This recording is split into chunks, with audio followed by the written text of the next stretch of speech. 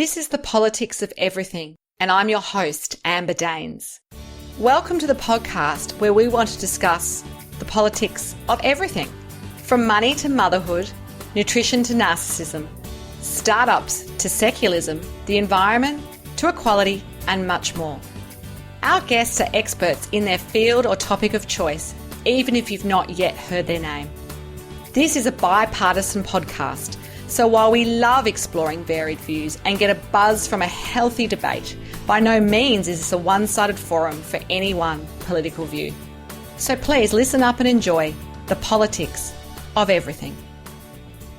With the hype around Bitcoin in recent times, cryptocurrency is almost a household name term. It seems everyone from all walks of life are keen to capitalise on the potential riches that a non-regulated currency such as Bitcoin can produce in very short periods of time. It's not just mum and dad investors and financial market gurus who are diving in big time. For example, the shares in the mega company Kodak, which is 130 years old, more than tripled when the company announced its new cryptocurrency called Kodak Coin.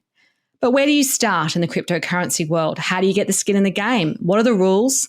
And is it all it's cracked up to be?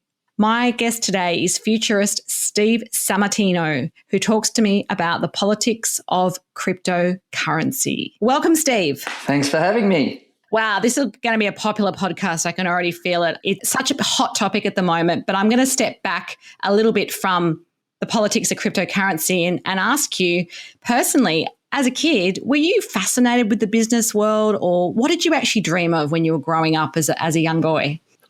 I just dreamed of making mischief. Basically, I was mischievous all my life, and all I did was kind of want to do exciting things, and no matter what it was, just something new with energy. And so that's kind of, I think, how I ended up in looking into things that are new and interesting, because I got bored pretty easy. So I wasn't always interested in business, but I was always interested in making a ruckus. And I feel like being involved on the leading edge of business is a great way to make a ruckus and sneakily earn a living at the same time. So I feel like I've hacked that one. Excellent. Well, you call yourself a futurist, and I must admit, it's a term that gets bandied around a fair bit. I'm going to challenge you a little bit and say, well, why do you call yourself this? And what does a futurist do on a day-to-day basis? It's a great question. I get asked it every now and again. I've got one rule on being a futurist, is that other people need to call you that, and you don't call yourself that until so many people have called you that you almost just have to accept it. Basically, I mean, we're all futurists in some capacity. We're navigating our way through an uncertain future. But basically, futurism as it is a combination of anthropology, so history and understanding history, technology and how technology is changing the way we get things done, and then the economics and finance and humanity of putting those things together. So it's those kind of four things overlapping: anthropology, technology, the money side of things, and human behavior. And human behavior doesn't change very much at all. In fact, I often say we're operating on a 200,000-year-old piece of software. The human DNA is a 200,000-year-old piece of software. That's crazy when you think about that. That's right. It hasn't had an upgrade. And so our behavior patterns don't change a great deal, but the way that we get things done and the economics of possibility on technology changes a bit. So what I try and do is mash up those things and make sense for it for people so that they can navigate their way through life and in business to do well. So that's typically the type of thing that it involves. And different futurists have different perspectives on things as well.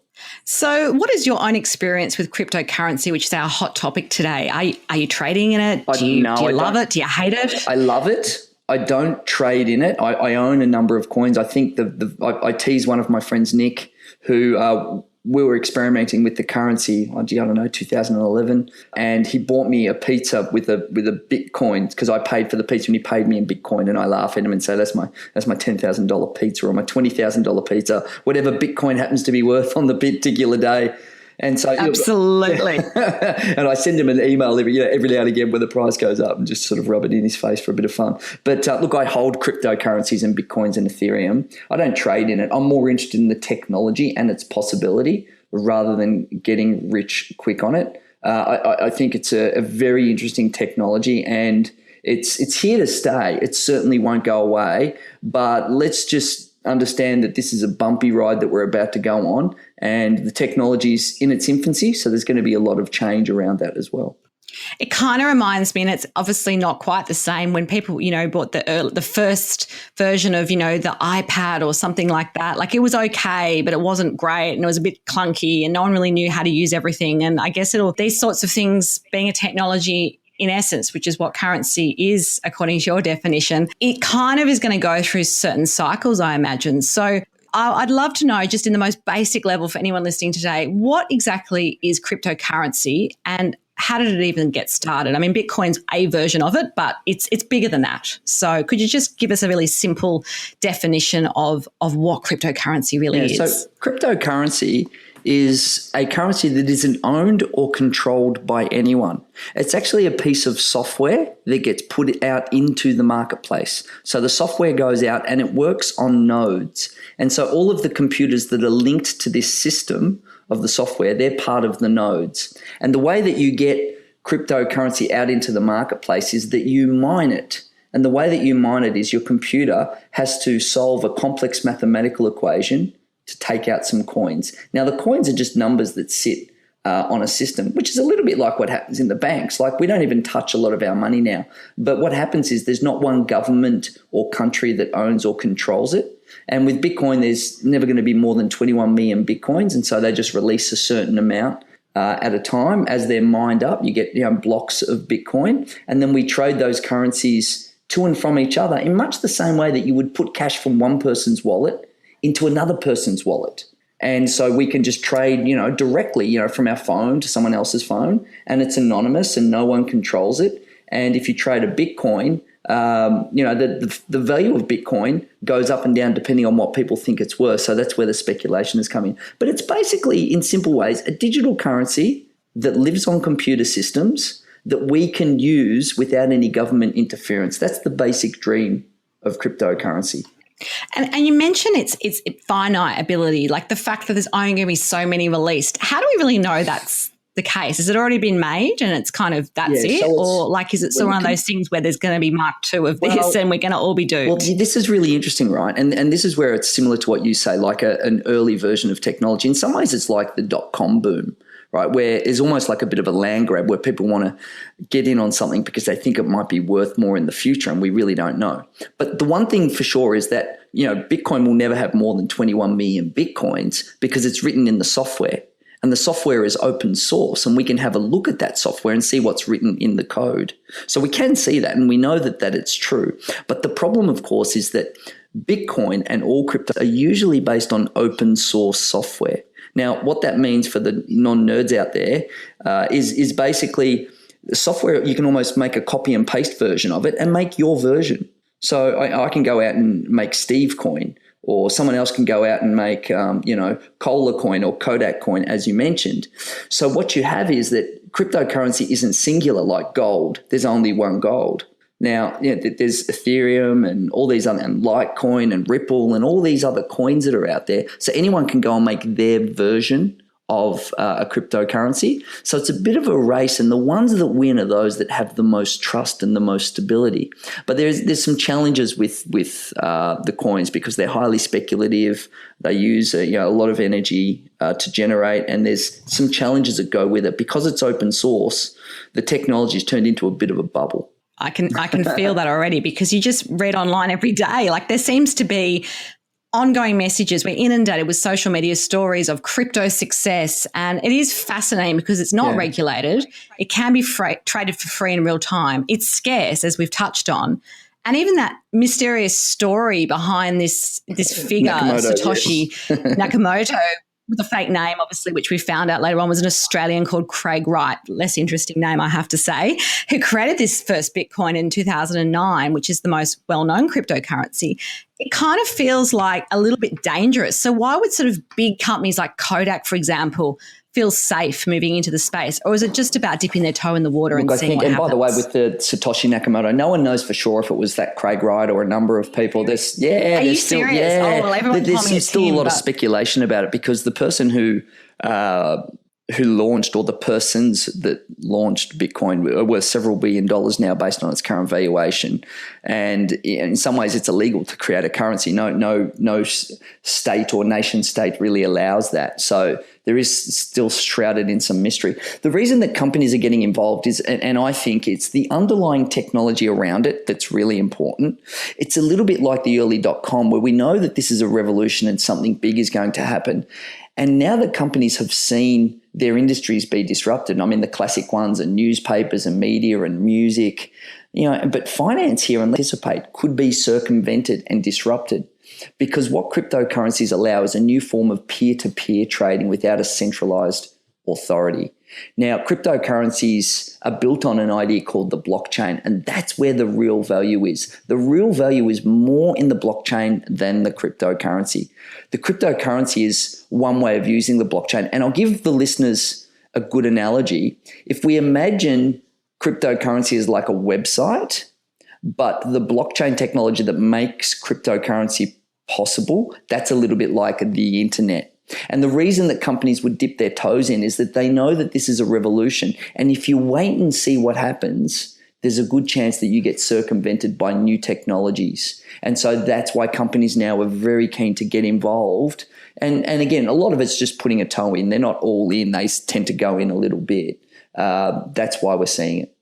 And so how does the everyday person get into the cryptocurrency market if they're a complete so cryptocurrency novice? has what we call a user access problem or a usability problem. It's very tricky to get onto it. I mean, we can remember back to when we first got onto the internet. And if you got onto it early when the first web browsers came, it was, you get a CD sent in the mail and you're putting on software and you've got a phone line going across your house and the sound, to try and log into the internet was all really complex. And now you get a device, you turn it on and you're straight on the web with Wi-Fi everywhere.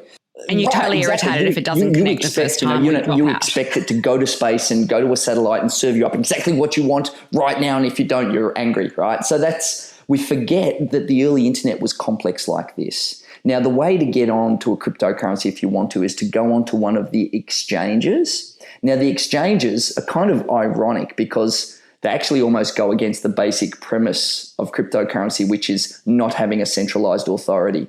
The exchanges are a centralized authority where you can trade cryptocurrencies. And typically the way you would register is you would put in your name and some sort of ID and put down your credit card, and they would use that credit card to buy cryptocurrencies on your behalf. So that's the easiest way to get online, and you would just go for a reputable exchange, just Google it and get an exchange and register. So that would be the easiest way to do it. Other ways you can do it is you can get the software where you trade direct with someone, like blockchain software on your phone and so on. But the truth is it's not easy to get in for a novice. I was going to say, is there a lot of barriers to entry?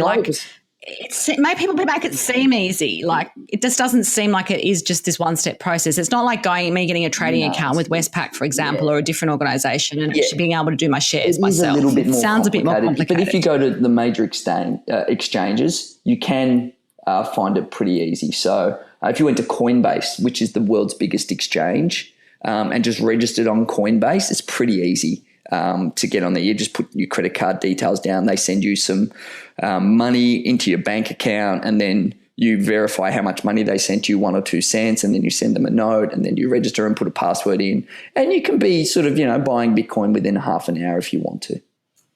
And because it's not regulated, there is a risk, right? So does anyone talk about that really, or is that the appeal of it? And this is a classic technology utopia idea where technology utopians and libertarians see this as a way to fight against the tyranny of government and regulation. But the regulators are moving in incredibly fast now, especially given that, general investors and people that are low down on the learning curve are very interested in this. And that always happens. Whenever there's a speculative bubble, people want to make fast money. And so now that so many people are starting to buy into cryptocurrency because, the fear of missing out is so large, governments are coming down hard and fast. So every other day, the Australian ATO comes out and talks about it. We had in America, the SEC saying that they're cracking down on cryptocurrencies, ICOs, which are initial coin offerings, which actually people can raise money on those, and they're outside of the law of what we would do if we were raising money for a stock or a company launch or an IPO. And so they're all coming down now, and a number of credit card companies have said we're not going to let people buy cryptocurrency using our credit cards. So the regulators are coming down hard and fast. And I actually think that this increases the risk in the short term, because I believe that cryptocurrencies will be outlawed in most Western countries. Like, I really do believe that. And, if we use an analogy with drugs, we've got to remember heroin isn't illegal. It's illegal if you get it on the street and it's unpackaged. But if you get the heroin in a hospital, or the methadone in a hospital, or in pharmaceutical drugs, it's legal. So it's really not whether or not the technology is legal. It's where you get the technology from. And I think in the long run, we'll probably see cryptocurrencies which are launched and controlled by governments, because they want people to trade in a currency that they can control, because it allows them to do, quantitative easing and, control interest rates and all of those things. Yeah. Absolutely. So it is coming. So it's vastly different from, say, buying shares, as I mentioned before, other asset classes that can be speculative, and property could come into that as well. So are there any examples of what you can do with this cryptocurrency in terms of buying power? For example, I saw a story a little while ago. I didn't read it all, but it was this guy who just tried to go around the world using Bitcoin and pay for everything with it. And don't know if he succeeded or not, but that was his goal. So, I mean, if you can't use it, is it kind of just like having gold bars that you keep in your cupboard and hope one day you can cash in on? That's a great example. What's the value of it? I would say that cryptocurrency, including Bitcoin, was very much moving towards becoming a currency. And I think it's actually, since it's become so speculative and the price has risen so much and fallen so much, and recently it's actually moved from a currency to what I would call a store of value. In order for a currency to be successful, there are 6 elements. And one of those elements is what we call acceptance. And acceptance means that people generally in society would accept that as a form of payment. Now, there are many companies that accept cryptocurrency, famous companies like WordPress, which control 23% of the internet, and Microsoft and Wikipedia, and a number of companies accept it. But recently, many of those companies are stopping accepting that, because there's been so many choke points in the transactions. They're slowing down because the network's become too busy and it can't cope. And also because the fees are getting higher now because there's so much demand for it. So more companies aren't accepting Bitcoin, and quite a few of them announcing that they're dropping off accepting payments in Bitcoin. I think Stripe, a payment system, also said that it won't be accepting it in future because the cost of accepting is too high, and the speed with which they get their money and transfer it back into their national currency is slowing down. So it's going through really big teething problems. I mean, they'll probably get sorted out with the technology, and there's a number of technologies on the way to sort it. But in the short term, it's increasing the risk because it's becoming more a store of value, exactly like you said, like gold, more than it is a currency. One of the other challenges with this form of speculation is that if you buy property or shares, you can judge whether or not you've paid a lot by how much rent you get or what your dividends are. In this, there's just basically a price. So it's really at the pointy end of speculation. It's almost like the old mining stocks and the pink sheets, the Wolf of Wall Street kind of example that we're seeing here. So, my viewpoint is that it's a great and interesting technology that will come back in 10 years and really change finance forever. But I think there's going to be some blood on the floor between now and then.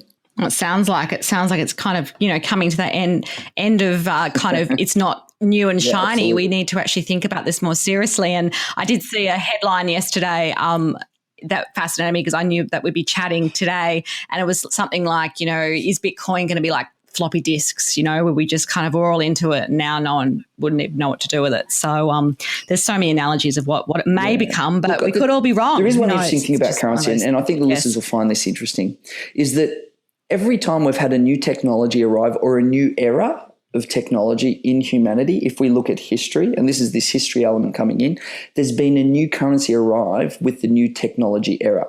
So if we go way back to the very first economies, which were barter economies, we traded cowrie shells and shark teeth as a form of currency.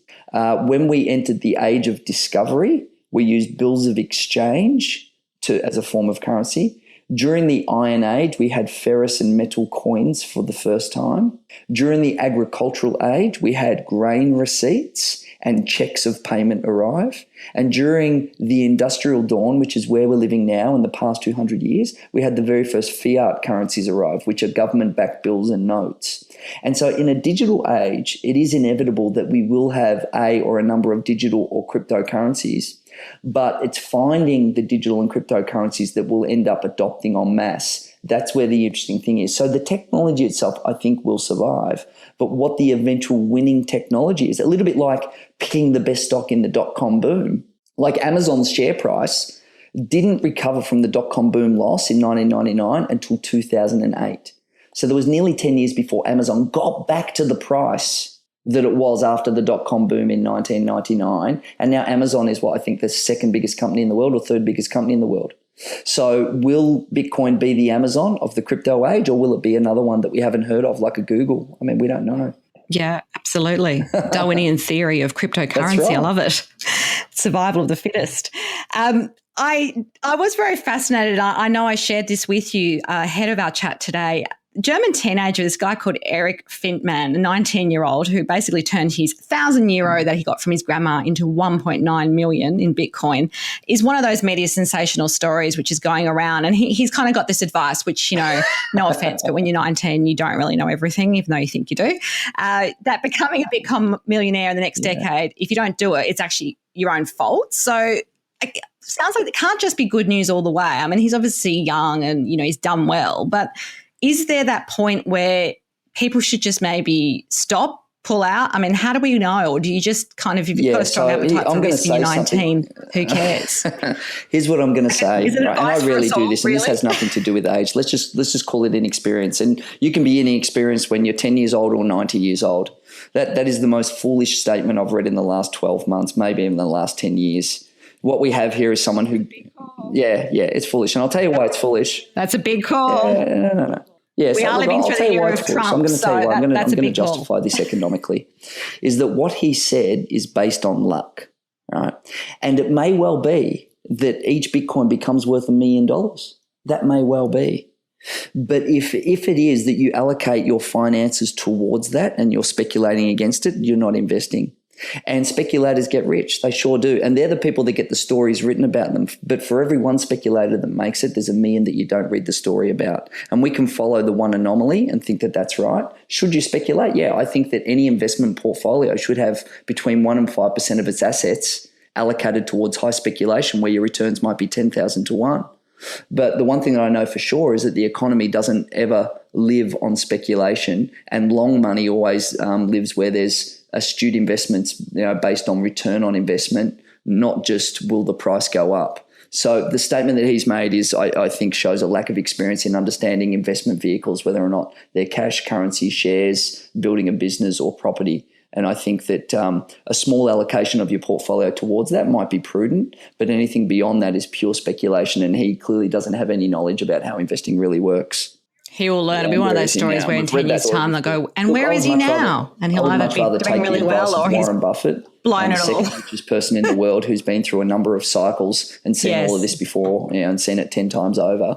It is true that it might be worth a lot of money, and discoveries happen. And inordinate wealth happens with every technology enclave. You get Andrew Carnegie get rich because he discovers steel. You get, the oil billionaires get rich, and you get the tech billionaires. And that happens. And that happens with every form of change in technology. But whether or not you should allocate your scarce resources towards that speculation for the 1 million and one bet, that's very unstrategic. And he might be one of the few lucky ones. But just because you got lucky, it doesn't mean that that's good advice to take for someone else who wasn't in early. Very good advice for us all, I think. I have 2 questions I ask all my guests, and of course I'm going to put these to you. And the first is, have you had any special mentors in your own career and life journey? If so, who are they and what have they taught you? Okay, the first one is my dad, who only went to grade 8. He's an Italian immigrant farmer, and everything he taught me about business was about looking at nature. He used to say really interesting things like, you've got to plant as many seeds as possible because some of them just don't germinate. You can't just plant the seeds and go away. You've got to come back and take out the weeds. You've got to make sure you water it. And he says, it's no good watering the plant for an hour on Saturday. You've got to water it for 5 minutes every day. So he used to give me all these great business analogies from the farm and, teach me about, understanding nature. And I think that business is a force of nature. So he really helped me with that. That's and amazing. another guy, really great sage advice that, is crosses generation and crosses technology. So he was always about frequency beats depth. A little bit often on anything that you want to learn or invest always is better than trying to make up a lot of lost ground, in one big go. So he used to give me a lot of great nature analogies. And he used to always say things like, because we used to have chooks on our farm, and he'd say, look, he said, what you got to do is eat the eggs and not the chook. He said, every now and again, if you've got a lot of chooks, you can have a chicken at Christmas. And he says, you've got to let some eggs hatch as well. He says so because that gives you an investment in tomorrow where they'll lay more eggs. So, that's like an investing and yield and dividend kind of viewpoint. Absolutely. Wow, that's great. Yeah, so my dad used to... And so easy to remember, there's no jargon in that, right. Nothing complicated there, but it's all we can right all and true understand advice. it. Yeah. And I met one guy in a corporate organisation where we were both really unhappy in our work. Tom Cara, his name is, and he's younger than me, and he used to he put me onto various people that can help me learn about life and some of those business and life coach guys, some of those people from the 50s and the 60s who used to do not the Tony Robbins motivational stuff, but just life coaching stuff. He introduced me to people like Brian Tracy and Jim Rohn and some of these other great business coaches. And I remember I only knew him for a few weeks. And the day I left the company, we really connected. He gave me this CD that he burnt. This is going back in the day when we burnt CDs. Back in the day. I was going to say, it wasn't a mixtape though, so it wasn't that long ago. Back in the day. Nearly mixtape. It was nearly mixtape. And he gave me one of those and he said, when I connected with you, I thought you'd like some of this stuff. I've enjoyed, knowing you the few weeks, and here's a CD that I made for you with some stuff that's, helped me on with my life, and I'd love if you want to catch up for coffee every now and again. Now, since that time, we started meeting once every 2 weeks for a breakfast to sort of share business ideas, and now he's my best mate, and we've been mates for 10 years. Great. Well, that's amazing. So last bit of advice for any listeners out there wanting to make it work for them in the politics of cryptocurrency, 1 or 2 tips to wrap up. Yeah. My number one tip is invest in knowledge, not in speculation. Play with the technology to understand it, not to make money from it. Because the person who understands makes money in the long run. The person who buys and gets lucky, they're the stories we talk about later. So it might just be a little 10-minute YouTube video once a day, or reading something on cryptocurrency or blockchain. And if you'll just invest 10 minutes in yourself, you'll be ahead of 99% of the population. I love it. Well, if you do want to connect further with Steve, there will be some details on my show notes. You've been listening to The Politics of Everything. Until next time. Thanks for listening today. If you've enjoyed The Politics of Everything, we thrive on feedback. So please add a short review and share the podcast with your network, your friends and family. I'm also always on the hunt for fabulous new guests. So if you've got a view to share and an idea how to get our listeners excited, please email me at amber@bespokecoms, that's BESPOKECOMMS.com.au, and we'll be sure to get back to you. Until next time.